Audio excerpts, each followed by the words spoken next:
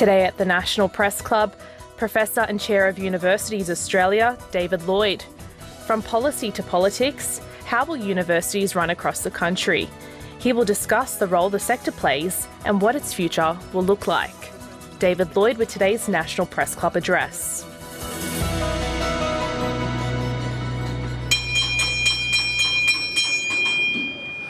Hello and welcome to the National Press Club today. We're coming to you from Canberra, the lands of the Ngunnawal and Ngambri people. My name is Julie Hare and I'm a Director at the Club and the Education Editor at the Australian Financial Review. Today's guest is David Lloyd. Professor Lloyd is the Chair of Universities Australia, Vice-Chancellor of the University of South Australia and Co-Vice-Chancellor of Adelaide University, a mega amalgamation of the University of South Australia, the University of Adelaide, that is currently taking shape and will start teaching its first students in 2026. Professor Lloyd is a chemist with a PhD in medicinal organic chemistry and who specialises in computer-aided drug design. I note, despite his massive workload, he has kept his hand in his old craft, having been named as co-author on 5 research papers over the last decade or so. Professor Lloyd also has a rather unusual item on his CV, that of Honorary Doctorate of the late Sir Terry Pratchett's Unseen University. Given how much universities are in the line of sight of the current and former governments, and no doubt future ones, I am hazarding a guess that he and others in the room would rather like to manifest the Unseen University, minus the mostly indolent and inept old wizards. As Chair of Universities Australia, Professor Lloyd is at the forefront of advocating for a sector that appears to have lost some of its political and social cachet. Hopefully today he will help us understand how he's going to get the sector back on track. Please welcome David Lloyd.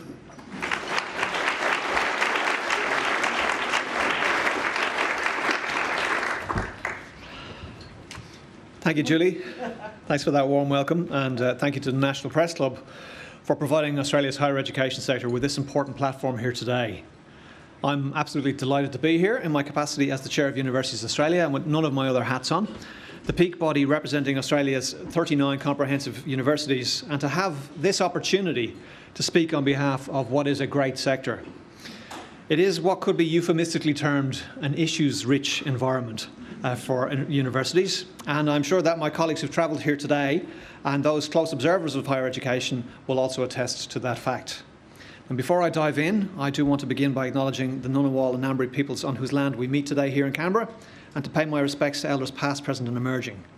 I'd also like to acknowledge some people in the room: the Shadow Minister for Education, the Senator the Honourable Sarah Henderson. People will laugh at that one, Sarah, because of what happened last time. Right? The Secretary of the Department of Education, Mr Tony Cook, Deputy Secretary of the Department of Education, Mr Ben Rimmer, Jobs and Skills Australia Commissioner, Professor Barney Glover AO, parliamentarians, chancellors, vice-chancellors, senior public servants, industry leaders and heads. And I would also like to just extend a special birthday greeting to John Dewar, Professor John Dewar.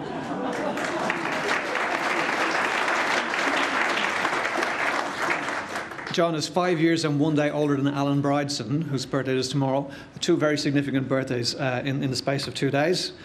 Standing here last year, I apologise for my accent. I apologise for the speed of my delivery and the lack of subtitles. Now, my accent hasn't changed. I haven't had my teeth fixed, but I have made a concerted effort this year to come to the stage with fewer words on the page in front of me than I had 12 months ago. And this is done in the hope that I can be disciplined in my delivery and perhaps dispense with the need for subtitles, although, as I frequently remind my staff, hope is not really a strategy. So good luck with that. The cynics among us might say that I'm applying the current thinking to higher education and research funding in this country to what I've prepared today, in taking the approach that less is somehow more. While I've no doubt that everyone in this room may benefit from my attempted slower speed of delivery, I can assure you that no one here, or anywhere else in this country for that matter, will be better off because of an underfunded, financially unstable university sector. And so, with a federal election on the horizon, I'm here to make the case to both sides of politics that universities matter. They matter to me and to my colleagues, obviously. They matter to the 250,000 people employed at our universities and in the other sectors of the economy supported directly by the work that we do. They matter to more than 1 million domestic students and international students currently studying at our institutions, who've placed their faith in our sector to enable their personal advancement. They matter to the roughly 6 million people who hold a bachelor degree or above in Australia. They matter to the millions of students that we've helped to educate from around the world. They matter to all Australians, university educated or not, by way of the social and economic dividends that they deliver. And because our universities matter to all Australians, it stands that they should matter to those who work at the place behind me here on the Hill, receiving bipartisan support and encouragement to thrive and to serve the nation. Regrettably, that is not and has not always been the case. Over the last few decades, Australia's higher education system has been subjected to a unique blend of passive neglect, punctuated with occasional bursts of occasionally well-intended ideologically driven intervention. Successive governments from both sides of politics have underfunded university teaching and research and shut down programmes that were designed to fund university infrastructure. Elected officials have directly intervened in what were independent peer review grant processes. And now, as we enact a research-enabled recovery from a pandemic, they're using international students as scapegoats to blame a housing crisis on.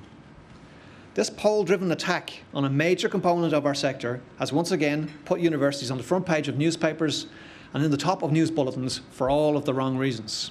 And I will return to this topic later. Too often, our sector is at the centre of a national debate for political rather than policy purposes.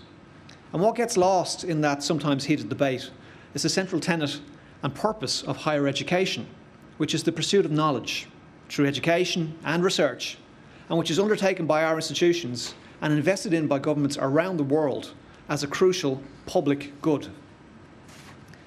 Losing sight of this purpose is a dangerous path to tread when universities are central to the task of creating a productive, prosperous, modern Australia. The Universities Accord final report lays out this challenge, not just for universities, but for this and successive governments. The report says Australia is competing in a global race, a race to produce more knowledge, skills, opportunities, and research in response to rapid technological, societal, political, and environmental changes that we are all experiencing. War and shifting alliances are reshaping the geopolitical order. They're posing a major threat to global economies. Extreme weather events are challenging businesses and governments, drawing attention to the work still needed to be done in meeting emissions targets. And advancing technologies are offering a glimmer of hope and competitive advantage, while at the same time carrying significant risk. The Accord report warns that if we fall behind in this race to prepare for and to respond to these challenges, the changes and opportunities, our productivity, our innovation and our standard of living will decline. The role of universities is crystal clear. We must educate more skilled graduates to fuel our economy and undertake more research and development to drive our progress. And we must do this quickly. After all, the answer to so many of these challenges that the government is seeking to address lies in higher education. The highly educated people that are modernising our energy grid, the scientists that are working to cure disease, the health professionals who are caring for an ageing population, the experts who are working to improve our agricultural capacity and to protect our water supplies, the specialists who are developing our sovereign capabilities, the teachers who are helping to shape future generations. These are all skilled people, and all of them are educated at and working in our universities. And we require many, many more of them. The needs of our economy and the imperative to transform it demand this. According to Jobs and Skills Australia, 90% of jobs growth in the next 10 years will require post-secondary education, and around half of those jobs will require a university degree, in many areas critical to the delivery of national priorities.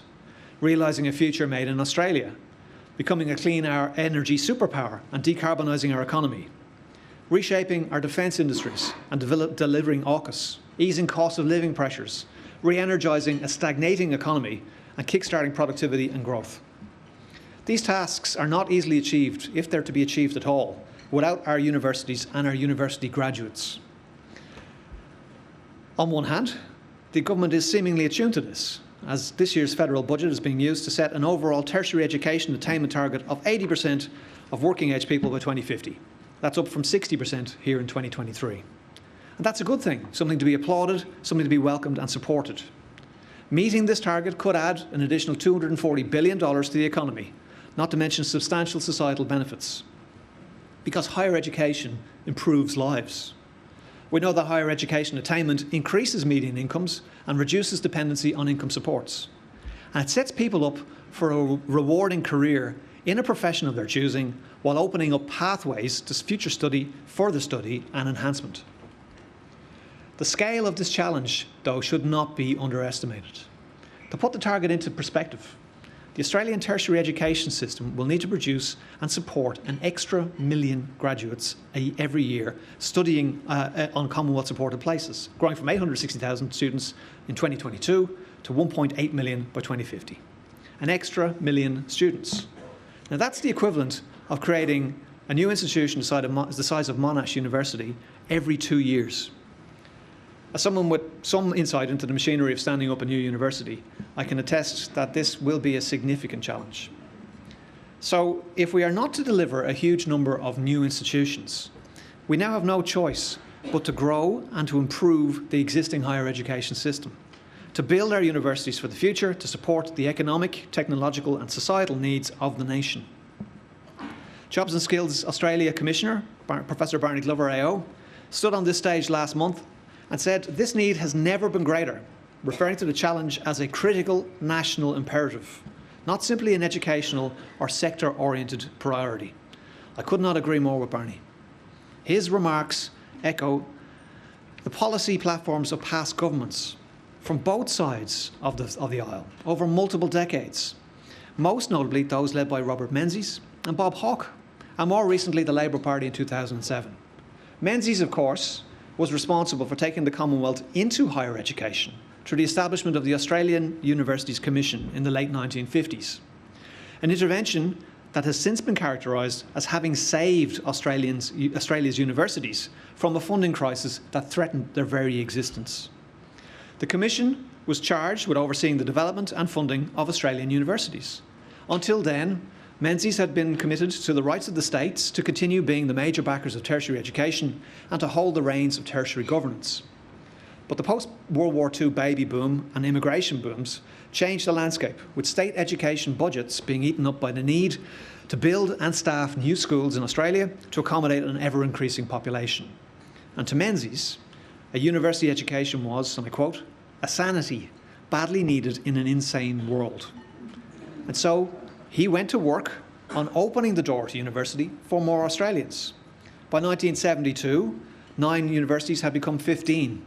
The number of academics had tripled to 853 professors. And student numbers had increased from nearly 38,000 to a staggering 129,000. After his retirement as Prime Minister in 1966, Robert Menzies cited his support for universities as one of his government's greatest achievements. Now, who could disagree? In Bob Hawke, Australia had another great enabler of education opportunity. As Prime Minister, Bob and his then Education Minister, John Dawkins, introduced the Higher Education Contribution Scheme. Where would we be today without that? HECS has revolutionised our system, democratising higher education and making it accessible to everyday Australians in vastly larger numbers. From its introduction in 1989 through to 2017, the number of Australian undergraduate students rose from around 355,000 to 800,000. The Hawke government, of course, also turned Australia's colleges of advanced education into universities. If you fast forward to 2007, and Labour, vying to return to government, identified education as the most important economic policy issue for that election, calling for a revolution in education. And be careful what you wish for. Labour, in 2007, warned that Australia's prosperity would hit the wall unless the quality and funding of education from childhood to adulthood was raised substantially. The supporting policy paper quoted statistics showing Australia's productivity had declined directly in line with education funding, a graph we could likely plot again today. Public investment in universities specifically had fallen 7% in the previous decade, compared with the OECD average increase of 48%. Labour harnessed this evidence to argue that education needed to be viewed as an economic investment and that the investment in human capital was essential for creating an innovative, productive workforce that could adapt to a rapidly changing world. It sounds strikingly familiar to me today.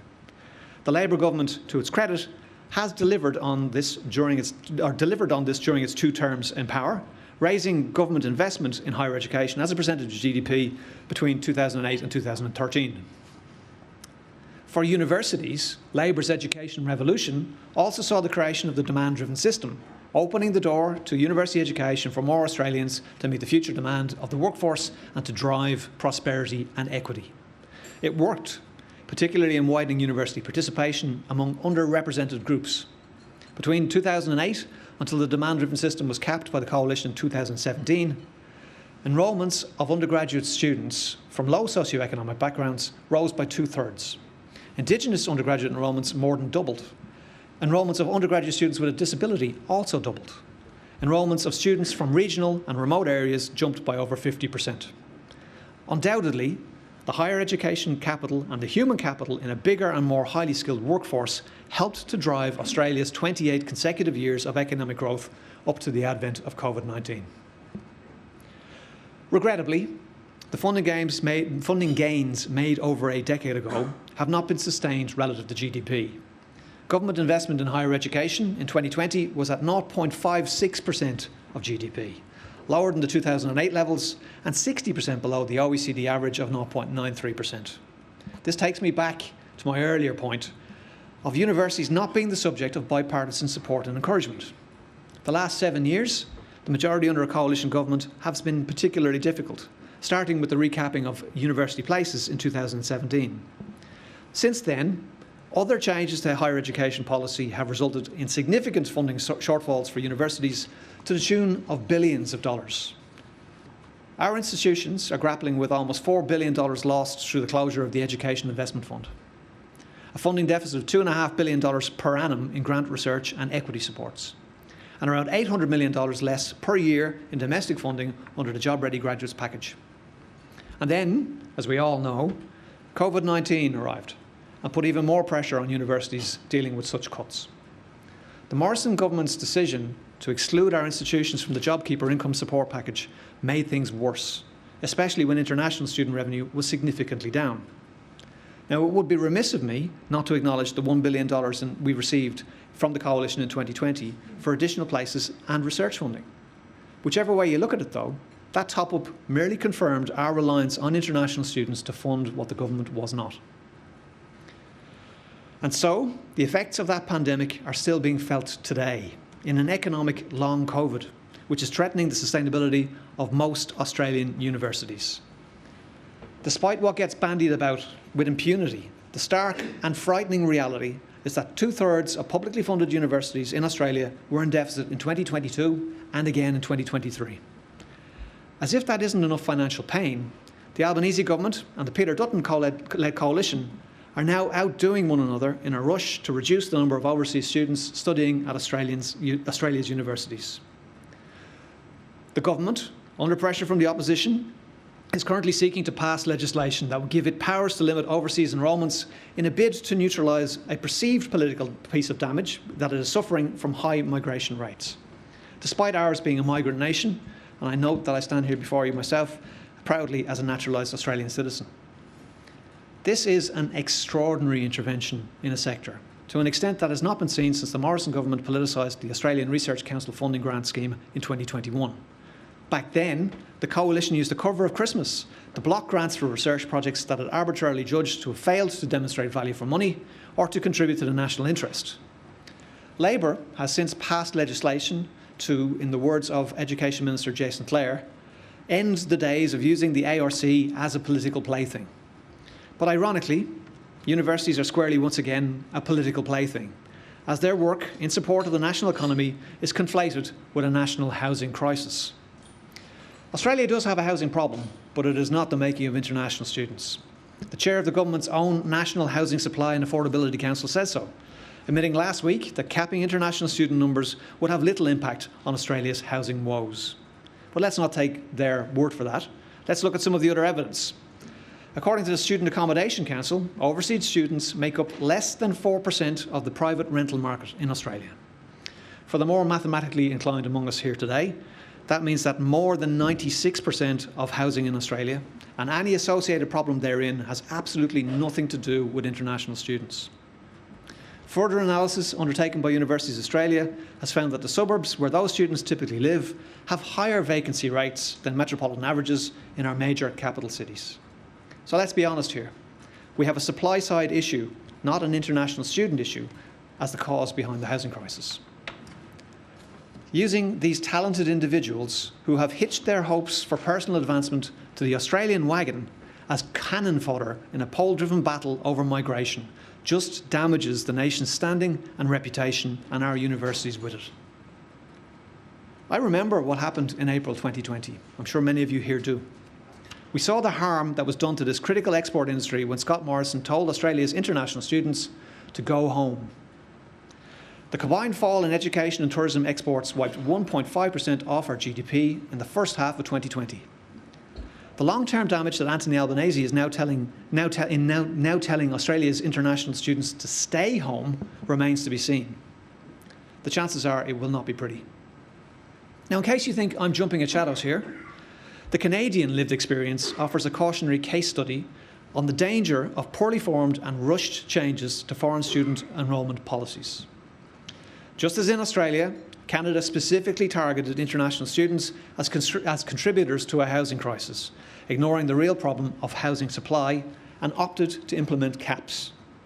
With those caps now in place, international interest in Canada as a study destination has seen that nation drop from first in the world to fourth in the world, with their projected enrolments driven by market sentiment that students are no longer welcome, likely to see them come well in under the new caps, in some cases by more than 20%. It's hardly surprising when applying to attend university suddenly becomes akin to buying a lottery ticket. Australia could well suffer the same fate as Canada if prospective students don't feel welcome and decide that their future is not worth gambling with. What is a sure bet is that other international competitor nations, the United Kingdom, the United States and others, are standing by, ready to capitalise on our poor policy decisions. The other real danger of using students for political gain is what we stand to lose by turning them away when we are in a global race for talent. We know that international students contributed more than half of Australia's GDP last year in growth. Last week's national accounts, which showed the economy barely growing in the June quarter, should be sounding alarm bells. Irrespective of the dark arts of accountancy, international education is our second biggest export industry after mining, worth around $50 billion to the economy. The industry supports 250,000 jobs across all sectors, similar to the number of jobs supported in the mining industry. Students who come from overseas play a valuable role in our labour market, helping to fill skills gaps and supporting the operation of small and large businesses in regional and capital cities. The Morrison government recognised this when it offered visa rebates to accelerate the return of Australia's international students in 2022. Talk about an about turn. So many Australian businesses are directly benefiting from overseas students at a time when skill shortages are biting hard across the economy. Polling commissioned by Universities Australia shows that this reality is not lost on the Australian public, on everyday Australians, with 68% of voters seeing and agreeing that international students are important to our workforce. 68% is an approval rating that many in government would be very happy to see. Meanwhile, 61% of Australian voters consider Australians' international students as an important driver of economic growth. In willfully weakening our economy by capping international student numbers, the government needs to consider how many businesses it is willing to put at risk and how much damage to the economy it is prepared to do at the very time when our economy is stalling. The Business Council of Australia, the Australian Chamber of Commerce and Industry, the Council of Small Business Organisations Australia and Tourism and Transport Forum Australia have all issued clear and unambiguous warnings about this very fact. Of course, I do recognise that international student fees also support the operation of our universities, making up a shortfall in government funding for research, for teaching and for campus infrastructure. What seems to get lost here is the reality that our institutions reinvest every dollar they receive from overseas students back into their operations. Australian universities are not-for-profit organisations. Reinvestment is what they do to deliver on their purpose. Willfully having fewer students here will only worsen an already widening funding gap at a time when universities need greater support to conduct their operations and to support the nation's ambition through the delivery of national priorities. Remember what it is we're expected to do next: educate an additional 1 million students. How exactly can we deliver for future learners and increase skills provision for the midst of all of this, in the midst of a tail-spinning downward spiral of core funding? Today, in 2024, just as we're celebrating Australian international competitiveness at the Games in Paris, the Australian government investment in R&D as a percentage of GDP remains at a record low level. This illustrates just how dependent our institutions are on international student fees to support research and researchers in Australian universities. If universities don't have the means to compensate for this lack of core funding, Australian research is simply not going to happen.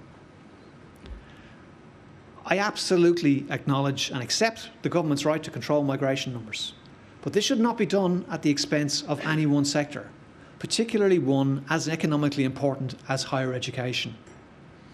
We also need to consider the role of education as a key source of soft power for Australia in our region, and the impact of effectively shutting our borders to students at a time when we need stronger regional relationships. Students who study in Australia return home with deep connections to our country, and many of them go on to lead very influential careers. These connections are a hidden, soft superpower for Australia, and they're now being placed at risk with the government's abrupt changes to international education. We will be watching very closely to see if the legislation to give effect to these changes passes the Parliament. But even without legislated powers to limit international student numbers, the government has already taken a sledgehammer to the international education sector. It might surprise you to learn that before the spectre of caps arose, visa grants in higher education had already dropped by 23%, the equivalent of 60,000 enrolled students in the past year, since the government brought in the destructive Ministerial Direction 107 last December. This directive, MD 107, slowed visa processing to a trickle on purpose. It drove up visa cancellations and inflicted incredibly serious financial harm on our institutions, specifically and particularly to those in regional Australia and outer suburban areas. A Ministerial Directive 107 is still in place today. It need not be, but it is. Our estimates put the economic hit through MD 107 of the government's crackdown on overseas students, which started last December, at $4.3 billion and counting, while also putting 14,000 jobs in the university sector at risk. No other major export industry is treated the way international education is right now. Not mining, not agriculture, not tourism, none of them. Imagine how economically self-destructive it would be for the government to ban shiploads of iron ore from leaving our ports. And that is exactly what they are doing to the higher education system. Enough is enough. Higher education belongs on the national policy agenda, not in a political playbook. It beggars belief to think that this is acceptable.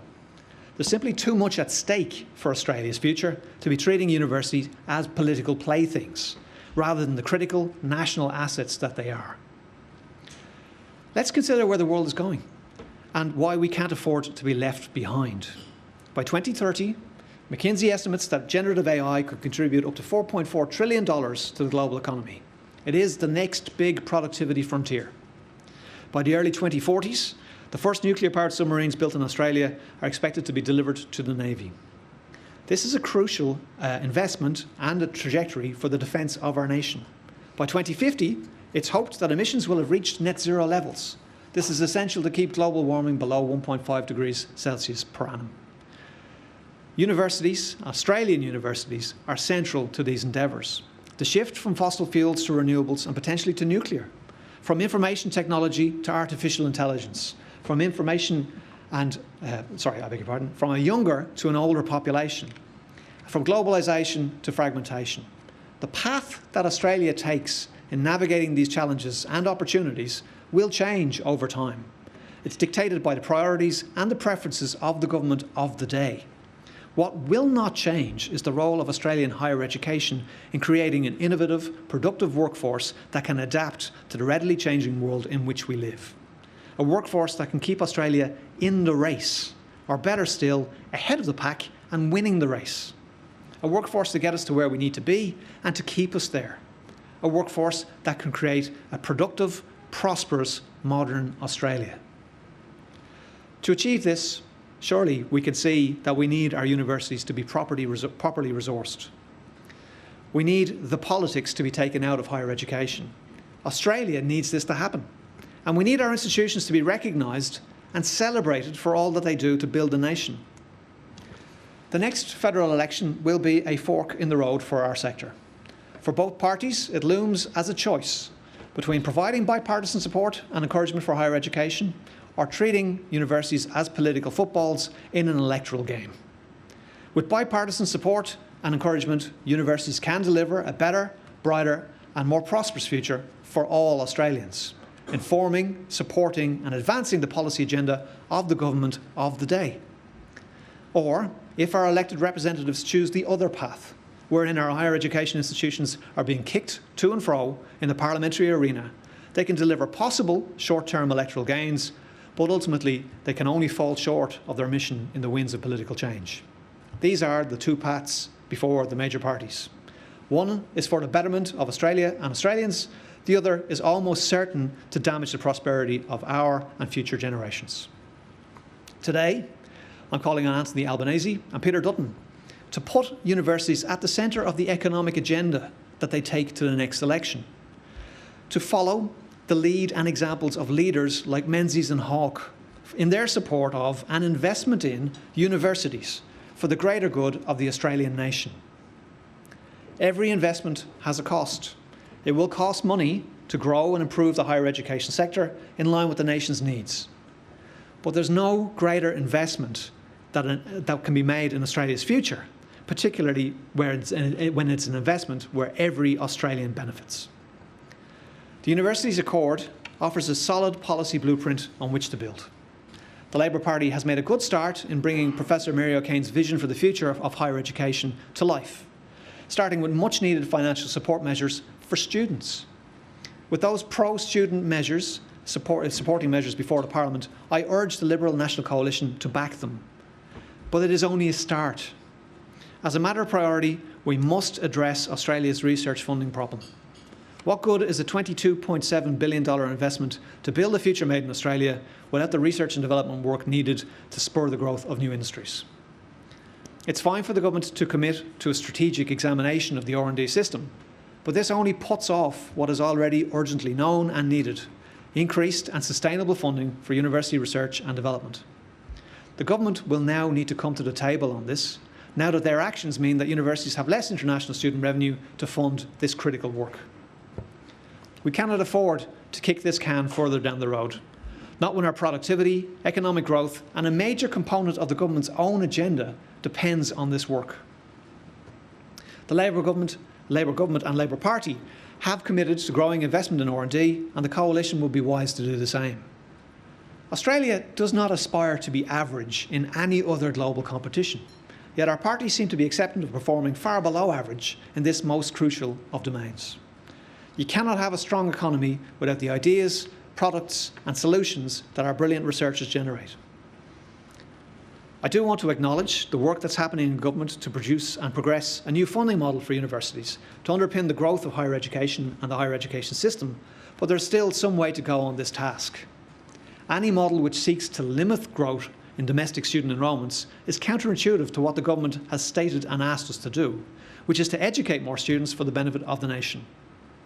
We need a funding model that supports the significant uplift in tertiary participation which is targeted and required by 2050. Scrapping the Jobs Ready graduate programme for a system which is fairer for students and universities is key to this. Like most of the changes recommended by the Accord, replacing the JRG is a costly exercise. The economic conditions on which I'm making these asks they're not lost on me. We know that there are fiscal challenges, and we know that people are calling for a reduction in budget deficits. But if our elected officials are serious about the nation's future, universities are not just a worthy investment, but a necessary one, for their role in securing a more sophisticated workforce to meet Australia's future needs. The government's own projections put the potential return on investment in this vital national endeavour at $240 billion by 2050. Without financially sustainable and viable universities, this will not happen. No increase in skilled workforce, no return on investment, no additional income, no improvements to our standard of living. It's a straightforward and incredibly beneficial relationship, and one in which we get out far more than we put in. Bipartisan support and encouragement of a sector that delivers for our nation is needed to produce the economic, social and technological gains that Australia needs to remain a safe, successful and prosperous nation in the coming decades. As the old adage goes, the cost of inaction is always greater than the cost of action. We need to stop this practice of using Australia's universities as a political pawn, when the benefit of working productively with and supporting our sector yields such critical dividends. Australia's universities matter. They matter to all of us. Thank you.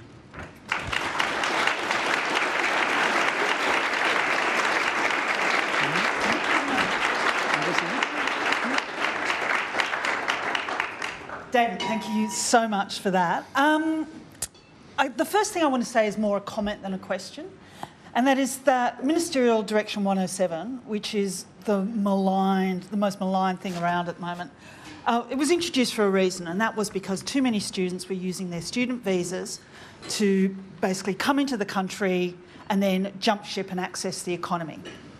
You disagree with that? Okay. I do. Okay. My question is this. I was speaking to a political insider who I have huge respect for, and she said to me that linking the ending of Ministerial Direction 107 with the caps was, quote, one of the most cynical political moves she'd ever seen, because there's only one thing unis hate more than caps, and that is Ministerial Direction 107. So is this a Faustian pact that unis have somehow created for themselves by pushing for the ending of Ministerial Direction 107?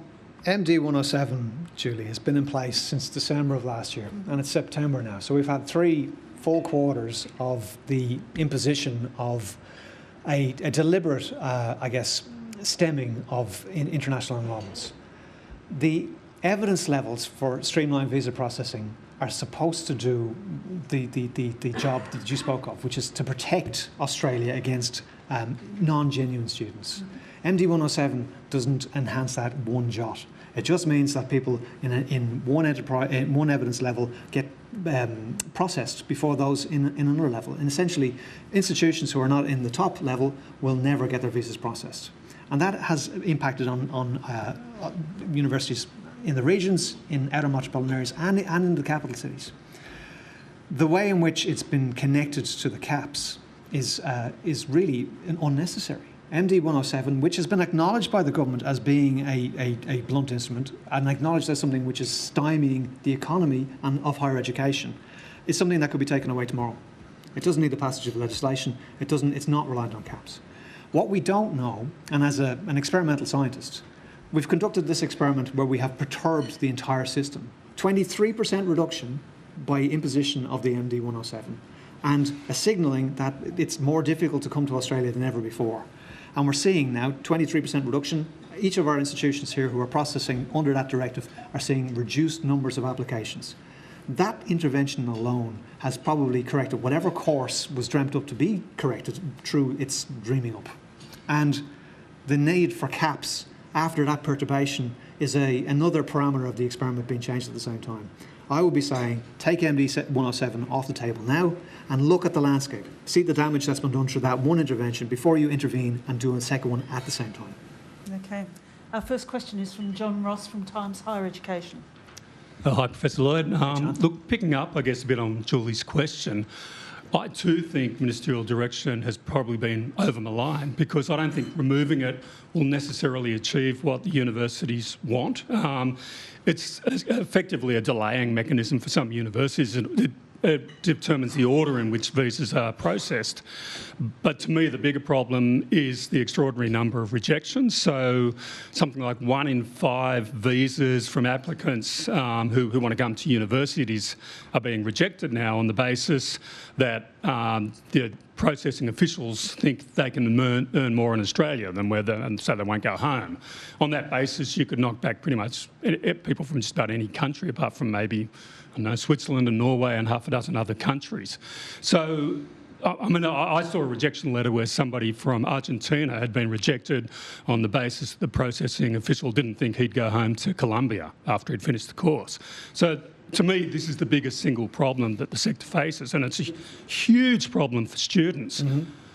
I don't think it's necessarily going to be fixed. I mean, even if this Faustian Pact is accepted and we get caps instead of 107, we're still going to have these rejections. I think, John, there's multiple things in play here, right? You have the practice of MD 107 and you have the purpose of evidence levels in the processing of visas. And the two things have been conflated and mixed up on the way through. And the net result is that if you're not in the in-tray for processing, you're not going to get processed. And if you do get looked at, well, it's much easier to knock you out than to let you through, regardless of what the EL levels say.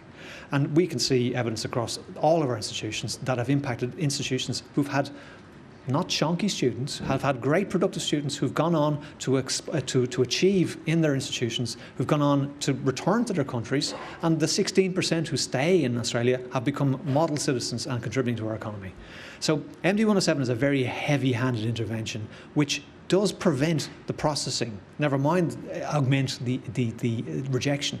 That's the hidden hand of rejection behind the clear instruction to not process. The combination of those two things makes a system which is already struggling to be viable more acceptant of what happens next. Our next question is from Natasha Beda from The Australian. Hello, Professor Hi, Lloyd. Natasha. You're saying that universities need to be financially sustainable. Universities do receive at least $20 billion of funding from taxpayers. That's just through the Education Department. How much money do you make from international students? And have you quantified how much money you stand to lose through these caps? You have described what the government is doing as shutting the borders to international students. They are still letting in 270,000 new enrolments. I don't really interpret that as shutting the borders. So what level would you like to see? We have some universities where 40 and 50% of the students are from overseas. Is that a good way to run a university? Is that fair to the domestic students? Is it sustainable?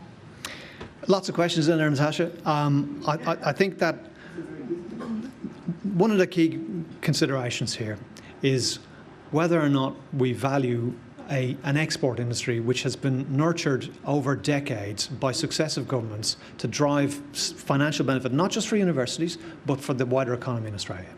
And it's an economic decision for the parties who are in government as to whether they will or won't intervene to limit the ambition of the nation in that economic regard.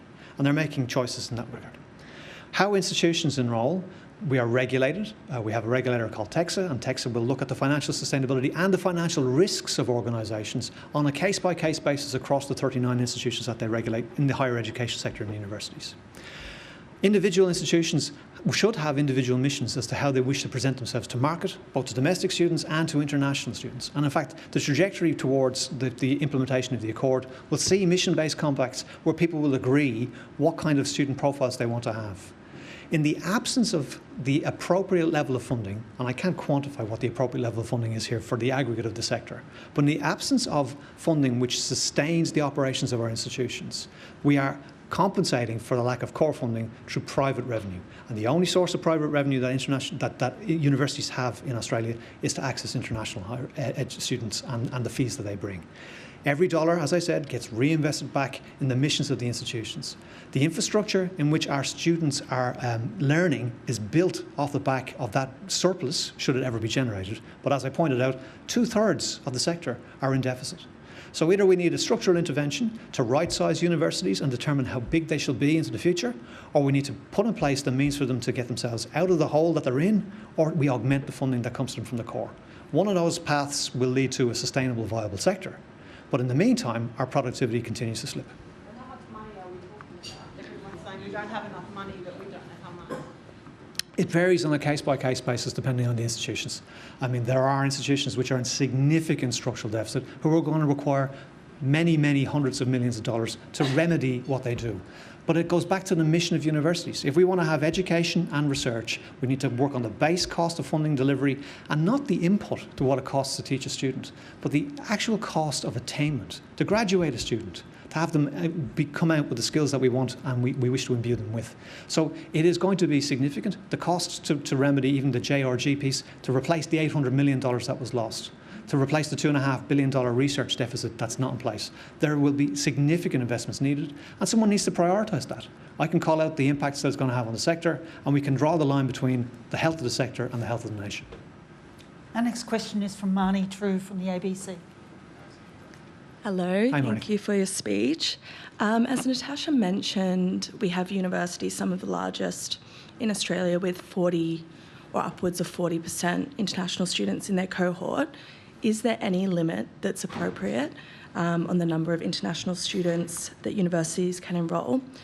And I just wanted to ask a second question as well. Jason Clare said that these caps would make the system fairer. It would redistribute international students from some of those bigger universities with high proportions to some of the smaller ones, so they can also benefit from those fees. Do we need a mechanism to ensure that the system is fair and those students are spread around?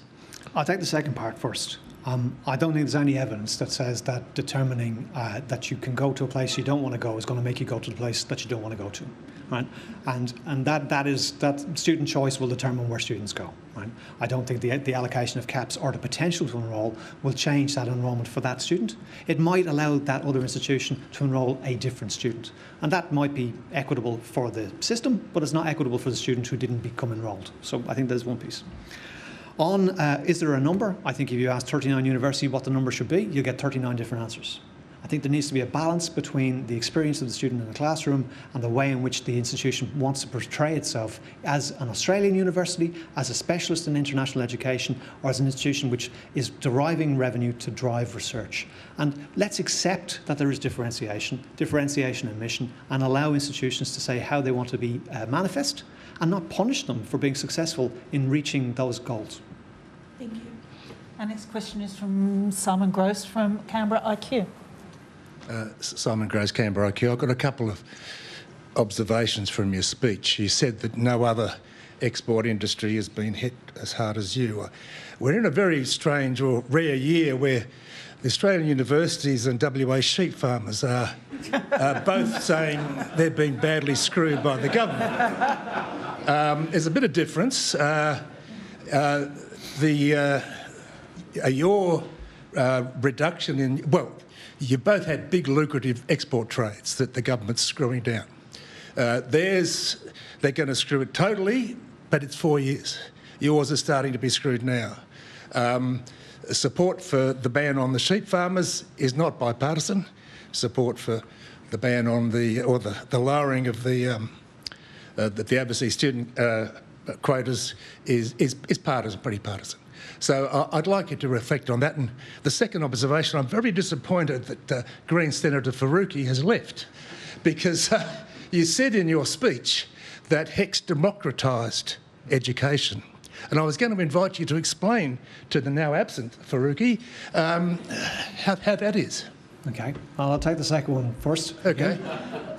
HECS enables the students to attain education and defers the cost of that education until they earn enough income to pay it back. It's an income contingent deferred loan.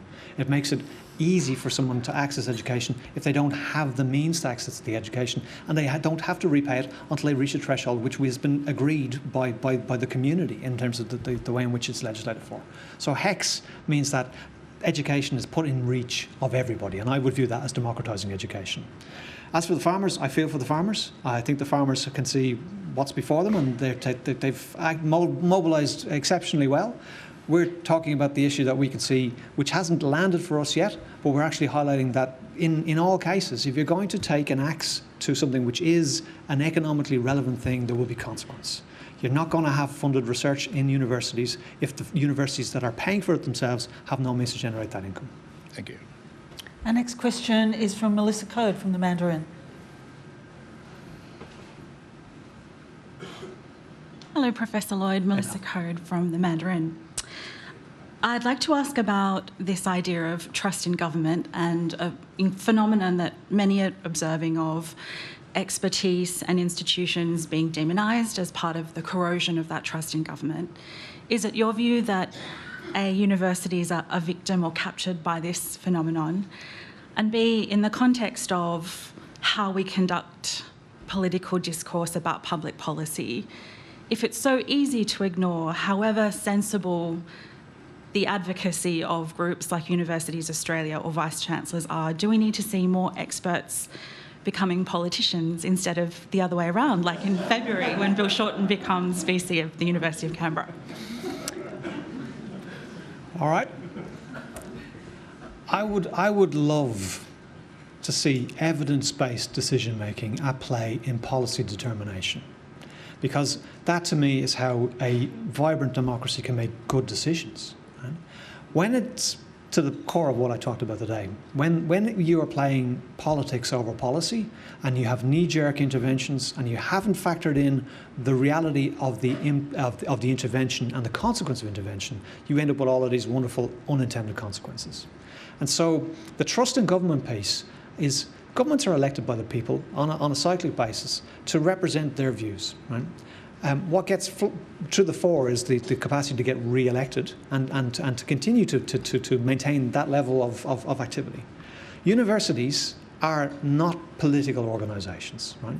We want to contribute to good policy. We want to contribute to evidence and data and evidence-driven decision making. Right? When we hold up the truth, right, and fact, and it doesn't align with the worldview of others, then it gets squashed, poo-pooed, blown up, capped, whatever it's going to be. But it's the role of universities in a free democracy to hold up that mirror to what's being said to us about what is truth, what's fact, and where trust should sit. And if we don't have universities that are able to operate in that free space of intellectual rigour, academic freedom and expression to be able to say what is the truth and determine that and provide it in a non-biased, non-partisan way, then our democracy will wobble around and we'll see debates of the nature that we saw just before I started talking today in the US. If I can elicit a bit more of a response from you, part of the bigger context of this phenomenon of trust in government eroding is because politics often now speaks to fear, emotion, beliefs, ideas that sit next to but aren't necessarily truth or facts or evidence as you describe. Is it incumbent on groups like the ones you represent to play more of a role in winning hearts? Yes, I think it is. I mean, but we're up against interventions which would take the knees out from underneath the humanities faculties in our institutions, which is where this core understanding of the human condition comes from. So the levers that are available to us are to stand in front of people and make an evidence-based case for what is needed. That should be received not only by the people on the Hill, but by the people who vote for the people on the Hill. Jacob Stamen, AAP, sorry. Hi. Hey, Jacob. Jacob Stamen, Australian Associated Press. Professor Lloyd, you mentioned the importance of a university education in supplying the skills needed to deliver the pressing economic transformations of our time. But the job-ready graduate scheme sharply increased fees for many supposedly jobs-unready courses, largely in the humanities. Is there still value in a university education that is not vocational in nature? And should fees for courses like arts, commerce and law be reduced in a new funding model? How can we understand the human condition if we don't have scholarship in the humanities? The breadth of education is not always about the application of the education in the short term. It's about enriching the intellectual capacity of the nation so that we can ask questions. So I don't believe that we should pivot from one end of the spectrum to the other. I believe that anybody who wants to attend an institution to study whatever it is they want to attend should be supported to do that on an equitable basis. And in terms, so would you like to see fees for courses reduced in a new funding model? I'd like to see the activities we have properly funded. Right? If someone holds up the notion of free education, the taxpayer pays for it all. Right? Well, what we have here is an equitable distribution between the individual and the taxpayer. I think that it comes at a cost. I'd like to understand that it could be funded appropriately so that it's not a perpetual deficit situation which creates compensation and unintended consequences. Sorry, Dave, while I've got you on that, so the other big issue around universities, which is not getting much coverage at the moment, it's been blown out of the water by migration and student caps, is the Universities Accord. Mm-hmm. There was a lot in the Accord, but most of it has been, including job-ready graduates, has been kicked down the road until the creation of an Australian Tertiary Education Commission that might or might not get up. We don't exactly know what it's going to look like. I understand Vice-Chancellors aren't exactly thrilled with what it looks like at the moment. So what we don't know with the Accord, despite its huge ambitions, especially in terms of the proportion of students going to university, is how it's going to be funded, how it's going to be shaped, like what sort of university is going to look like, the split between government and private investment in it. Have you got any clarity at all since the report landed, and and where we're heading in that? Because the ATEC will be in place by 2026, I think. I have some insight, Julie. Yep. I don't know that I know how things are going to play out, and I don't know that I know that legislation will land at the time it's needed in order to give effect to the ambition of the Accord. The thing that concerns me most of all is that we have a landscape of ambition, which everyone has got a view on, that if it's attained, will be good for Australia. It does come, as I said, with a cost. The cost could partially be offset by not introducing international student caps, by releasing MD 107. It will be a partnership between institutions and government. The government is a contributor to the cost of higher education funding. It's not the sole funder of higher education in Australia. The beneficiaries are the Australian people. The Accord has got so many good things in there on across the horizon, which is going to survive successive governments and changes of governments if we get the bipartisan commitment to enact this plan. That level of foresight has been absent for over a decade that I've been here in Australia. And if we can cement that and the commitment to engaging with our institutions in a constructive way, not a interventionist, perpetually destructive way, and stabilise the ship, I think we'll get the dividends we need. Thank you. Nick Stewart from Ability News. You made the point that students are only marginal in terms of the need for housing in Australia, marginal addition to the pressure. And I know the ANU has built a lot of student housing. Sydney University, on the other hand, in 2020, closed down International House for Sydney for students, university students. It has only, despite the urgings of former members of International House, who were former residents, there's only one meeting that the university has held to actually try and get that house rebuilt again to provide extra student accommodation. The university, on the other hand, is sitting on $1 billion of investable funds. It's doing nothing. Can you understand how ordinary Australians feel absolutely fed up about these continued excuses about how we need more international students to come here when the universities are not investing in housing and residences themselves? I think you've given a very single point case of the performance of an institution. The institution is not here to respond to the question. I think that what I'm trying to advocate here is not about the... So if that was correct, would you condemn Sydney University? Because I'm quite happy to state that those facts are correct. Why would I stand in front of the press club and use my inquisitor and condemn a member institution of Universities Australia? I have no evidence and no basis of fact on which to do so, and nor would I choose to do so at this time. So we're hoping that the universities will spend more money on building residences. As I said, ANU actually has. Nick, I can tell you that every building in Australia's universities has got a component of international student revenue in the bricks that are holding it up. The Education Investment Fund, which was designed to provide things like residence and laboratories and concert halls for the humanities and arts, that was taken away many years ago, and the compensatory measures have been the investments made by universities. How universities prioritise that is a matter for the individual institutions. And sorry, just one last point, as you mentioned this, the Rotary Clubs of Sydney actually contributed to the building of International House at Sydney University. It wasn't done by the university. At what point will the university actually invest in the regeneration of that that function, that housing? Nick, all I can do is refer to what I talked about today, the importance for bipartisan support in supporting universities to prosper for the success of the nation. Thank you. Angelica Waite from SBS. Hi, thanks. So Minister Jason Clare this morning said of the CAP system, the origins of this are universities coming to me earlier this year saying, can you put in place a better and fairer system? Firstly, are you aware of universities asking Jason Clare for caps or any changes more broadly? And secondly, what would a better and fairer system look like if not caps, as Jason Clare suggests?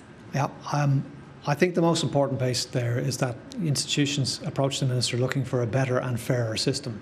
That was in the context of Ministerial Direction 107, which was, please stop doing this to us because our institutions will fail. Whether caps are the best and fairest alternative to that imposition, I would say that they're probably not. I think that a managed growth implementation deferred to 26 and not implemented straight away in 2025 would be another fair way to do this. And the creation of an ATEC which can have nuanced and balanced conversations about the composition of universities across the entire sector from going forward from 2026 would be a way to arrive at that without imposition of caps at this time and cognizant of the fact that the damage has already been done for the last 9 months. John Ross. Hello again. Hey, John. Look, universities are really good at talking like charities when they want to talk about their public good role. Would you like to make a donation? They're also really good at talking like corporates, you know, when they're talking about why the Vice-Chancellor got paid $1.8 million or when staff were leaving are made to sign non-disclosure clauses, or when they cite commercial confidence or privacy rules for why they can't answer fairly simple questions about how many students they have. Or you just give me an out, John. Right? You just give me a grey out there, John. I signed a commercial in confidence too. It's almost like a two-sided mask, you know, sort of charity in one side one moment, corporate the next. Has that created a perception in the public, and is that contributing to you being treated as a political plaything? I think the challenge behind all of that, John, is the number of things which universities are asked to do at any given time. Right?